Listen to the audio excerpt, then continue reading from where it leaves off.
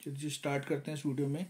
Question जो कि application of derivative का है और क्वेश्चन का स्टेटमेंट है find the shortest distance between the line y minus x is equal to 1 and the curve x is equal to y square. ठीक है, तो देखो इस तरीके से है, जैसे मान लो ये हमारे पास ये लाइन हो गई y minus x is equal to 1 और ये हो गया curve x is equal to y square.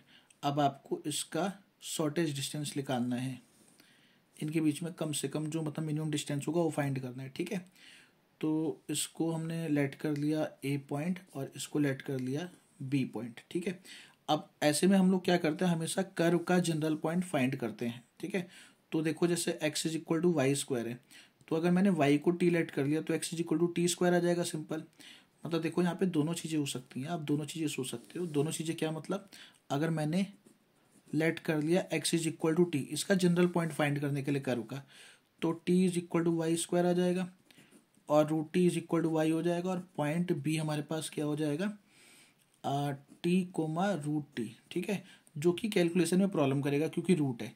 तो इससे ऑप्शन में हम लोग देखो क्या लेट कर सकते हैं, हम लेट कर सकते हैं y is equal to t, तो इससे क्या होगा x इज इक्वल टू आ जाएगा टी स्क्वायर और पॉइंट हो जाएगा टी स्क्वायर कोमा टी। तो ये हमारे लिए बेस्ट रहेगा क्योंकि इसमें रूट नहीं है तो कैलकुलेशन सिंपल रहेगी।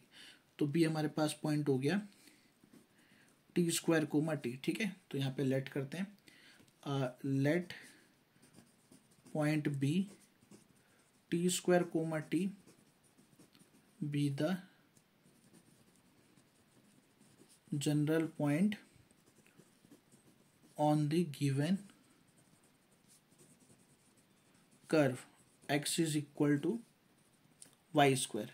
ठीक है जी, अब उसके बाद आपको एक लाइन की इक्वेशन दे रखी है, given equation of line y minus x is equal to 1।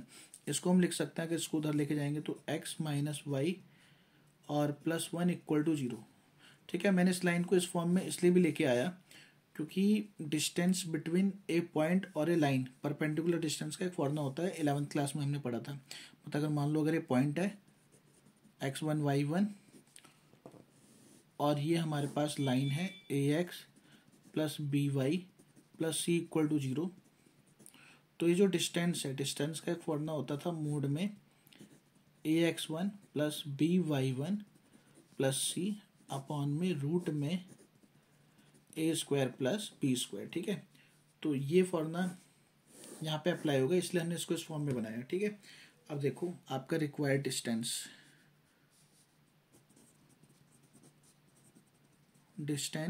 A B क्या हो जाएगा, मोड में एक्स और वाई की जगह पे क्या आपके पास आता है, देखो एक्स और वाई की जगह हम लोग x1 y1 पुट करते हैं, तो पॉइंट यहाँ पे क्या है टी स्क्वायर और टी है, तो x और वाई की जगह पे क्या आ जाएगा टी स्क्वायर और टी आ जाएगा प्लस का 1 अपॉन में रूट में ए और बी क्या होता है, एक्स और वाई का कोफिशिएंट होता है। एक्स का कोफिशिएंट क्या है 1, तो 1 का स्क्वायर, वाई का कोफिशिएंट क्या है -1, तो -1 का स्क्वायर। ठीक है, तो a B is equal to आ गया t square minus t plus 1 upon में रूट 2।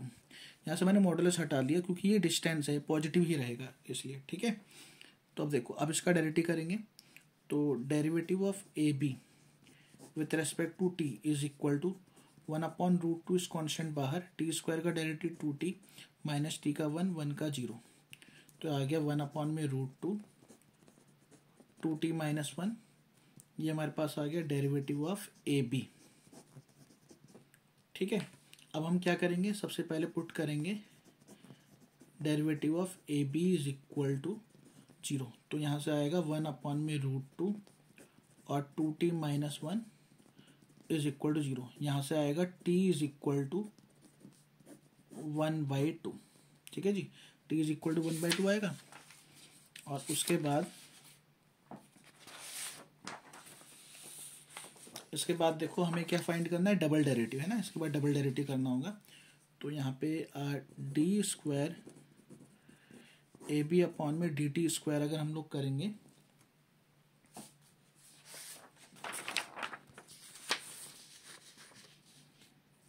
तो क्या आएगा, इसका अगेन डेरिवेटिव यहाँ पे 1 अपॉन में रूट 2 कॉन्स्टेंट बाहर 2 बाहर, टी का डेरिवेटिव 1, 1 का 0, तो आ गया 2/√2, मतलब कि √2, ये हो गया ग्रेटर देन 0। इसका मतलब डिस्टेंस ए बी क्या हो गया, इस मिनिमम हो गया। ठीक है, तो सबसे पहले हम लोग फाइंड करते हैं पॉइंट।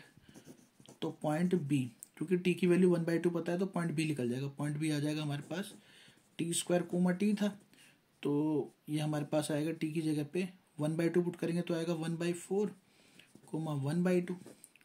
ठीक है जी, ये हमारे पास आ गया। अब रिक्वायर्ड डिस्टेंस देखो, डिस्टेंस हमारे पास क्या था, ए बी, इसमें हम टी की जगह 1/2 पुट कर देंगे, तो मिनिमम डिस्टेंस ए बी क्या हो जाएगा, t² माइनस टी प्लस 1 में √2 में वैल्यू पुट करेंगे तो आएगा 1/2 का होल स्क्वायर माइनस 1/2 प्लस 1/√2। 1/2 का स्क्वायर 1/4, 1 में से 1/2 गया तो 1/2, 1/4 प्लस 1/2 में √2, ये आ जाएगा 3/4, तो आ गया 3/4 अगर इसका रेशनलाइज कराओगे √2/√2 तो आ जाएगा 3√2/8। ये इसका आंसर आ गया। ठीक है जी, तो ये इसका फाइनल आंसर है डिस्टेंस, जो आपसे पूछा था इस क्वेश्चन में।